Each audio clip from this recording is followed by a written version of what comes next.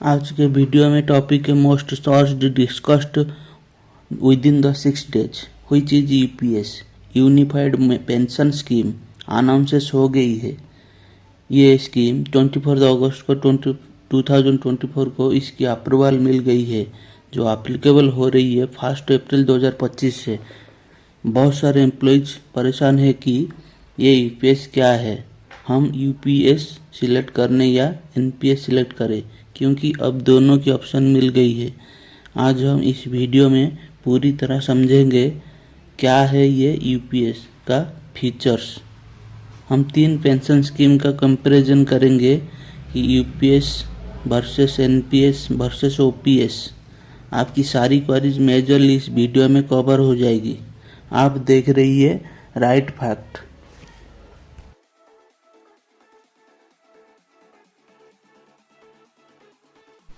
Detailed explanation with calculation for the features of the new EPS scheme। New scheme आ गई है। पहले 1 by 1 हम फीचर्स डिस्कशन करते हैं। इसका शॉर्ट नेम यूपीएस है, full name unified pension scheme है। ये स्कीम एप्लीकेबल होगी 1 अप्रैल 2025 से। इस प्लान में पेंशन जो है एश्योर्ड मिलेगी, यानी आपको ज़रूर पेंशन मिलेगी अगर आपने मिनिमम 25 ईयर्स तक सर्विस दी है। आपको 50% एश्योर्ड पेंशन मिलेगी, किसका आप जो रिटायर्ड होंगे जिस ईयर में, उसी रिटायर्ड का last 12 month. Detailed explanation with calculation for the features of the new UPS scheme. New scheme आ गई है। पहले 1 by 1 हम फीचर्स डिस्कशन करते हैं। इसका शॉर्ट नेम है UPS, full name unified pension scheme है। ये स्कीम एप्लीकेबल होगी 1 अप्रैल 2025 से। इस प्लान में पेंशन जो है एश्योर्ड मिलेगी, यानी आपको ज़रूर पेंशन मिलेगी अगर आपने मिनिमम 25 ईयर तक सर्विस दी है। आपको 50% एश्योर्ड पेंशन मिलेगी, किसका आप जो रिटायर्ड होंगे जिस ईयर में, उसी रिटायर्ड का लास्ट 12 मंथ की 2 सैलरी होगी, उसका बेसिक सैलरी होगी, उसका एवरेज निकाली जाएगी, उसका 50% बेसिक पे का। एग्जाम्पल, एम्प्लॉय है रमेश, रिटायरमेंट से पहले उसका सैलरी थी 60,000 रुपीज़ पर मंथ, किसका सपोज चेंज हुई है, उसका 12 से डिवाइड करके होगा। Basic pay salary 60,000 multiply 12 month is equal to 7,20,000। 60,000 ही बनता है। 60,000 का जो 50% है वो है 30,000 है। वो 30,000 मंथली मिलेगा, पेंशन एश्योर्ड हो जाएगा अगर आप 25 ईयर्स तक काम किए। ऐसा है कि आप 25 ईयर तक ही सर्विस देना पड़ेगा। आप 10 साल सर्विस दिए तो भी मिलेगा पेंशन। कैसे मिलेगा? 25 ईयर्स में 50% पेंशन मिल रही है तो ये 2 गुना है। अगर आप 25 ईयर नहीं करके 23 ईयर काम किए, वो तो 23 इंटू 2 से मल्टीप्लाई करोगे तो 46% पेंशन मिलेगा। ऐसे देखा जाए तो 20 साल काम किए तो मल्टीप्लाई इंटू 2 40% मिलेगा। 18 साल काम किए तो इंटू 2 36% मिलेगा। 15 इंटू 2 इक्वल टू 30% पेंशन मिलेगा। एग्जाम्पल, कोई 15 साल काम किया है, उसका लास्ट 15 मंथ की सैलरी 60,000 है, तो इसी साल मल्टीप्लाई इंटू 2 30% मिलेगा। 12 मंथ का जो सैलरी है 60,000 इंटू 30% इज इक्वल टू 18,000 होता है। इस तरह की प्रोपोर्शनेट कैलकुलेट होता है। ये कैलकुलेशन 10 साल से लेकर 25 साल तक ये कैलकुलेशन रहेगी according to proportion.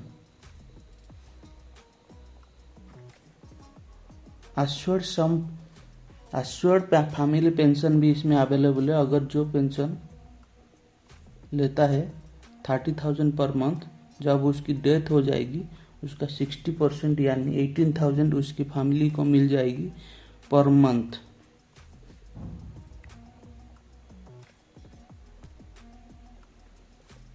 Assured minimum pension किसका? सपोज जब 10 साल या उससे थोड़ी सी एबव है, उस जैसे कि 10 साल का उसका 8,000 बन रहा है गवर्नमेंट उसको कह रही है कि मिनिमम है आपको 10 साल 10,000 पेंशन देंगे। ओल्ड पेंशन स्कीम में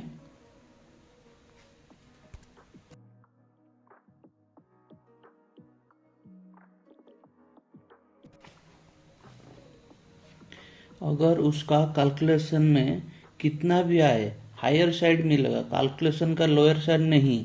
इन्फ्लेशन इंडेक्सेशन यानी महंगाई भत्ता, डियरनेसेस अलाउंसेस भी डीए भी मिलेगा।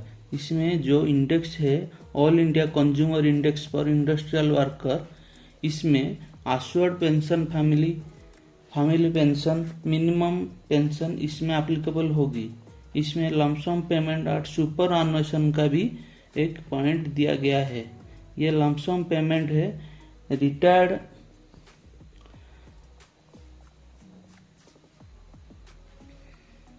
रिटायरमेंट के टाइम पे एम्प्लॉय रिसीव करेगा।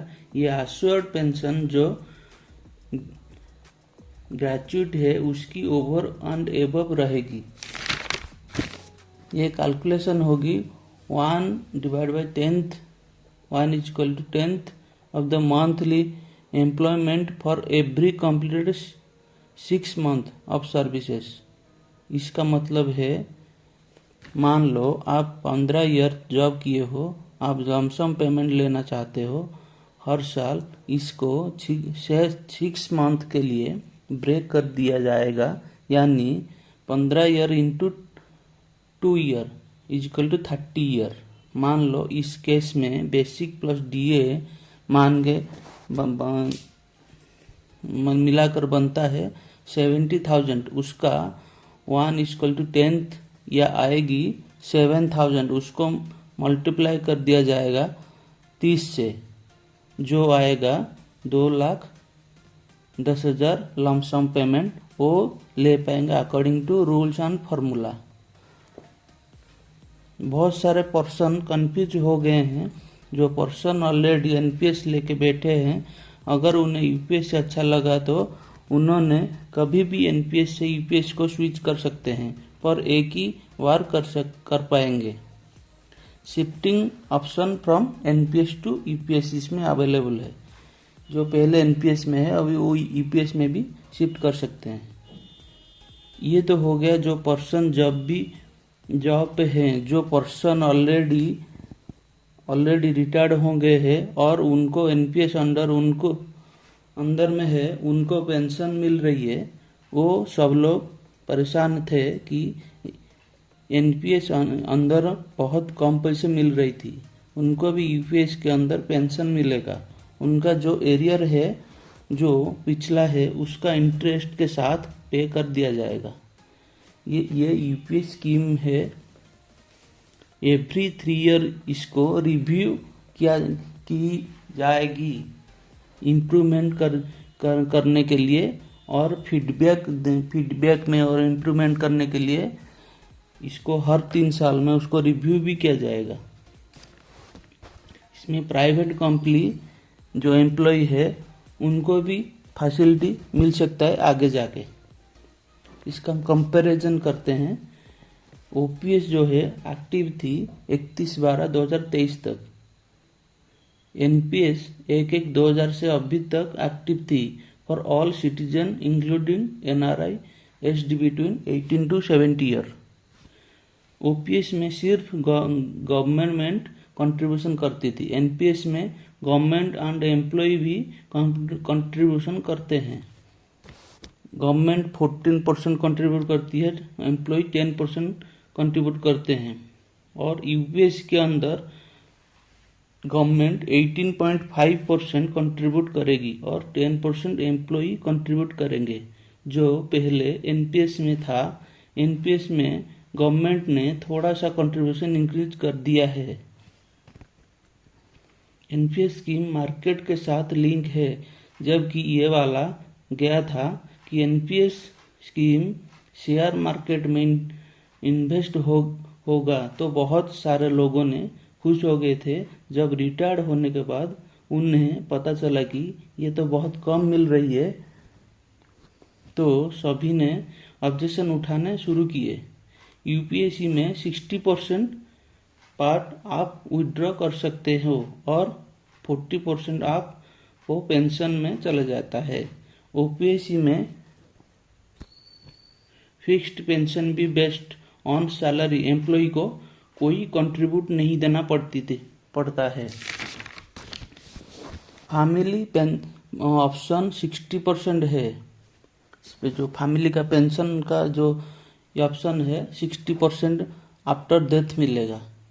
एनपीएससी में कोई भी स्पेसिफिक कंपोनेंट नहीं था। ओपीएससी में भी फैमिली पेंशन स्कीम अवेलेबल थी। ओपीएससी में टैक्स लगता था, एनपीएस एंड यूपीएससी में टैक्स बेनिफिट अवेलेबल है।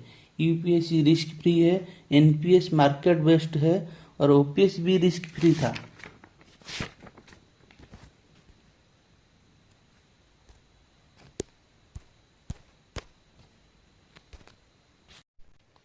ओल्ड पेंशन स्कीम, इसका शॉर्ट नेम है ओपीएस।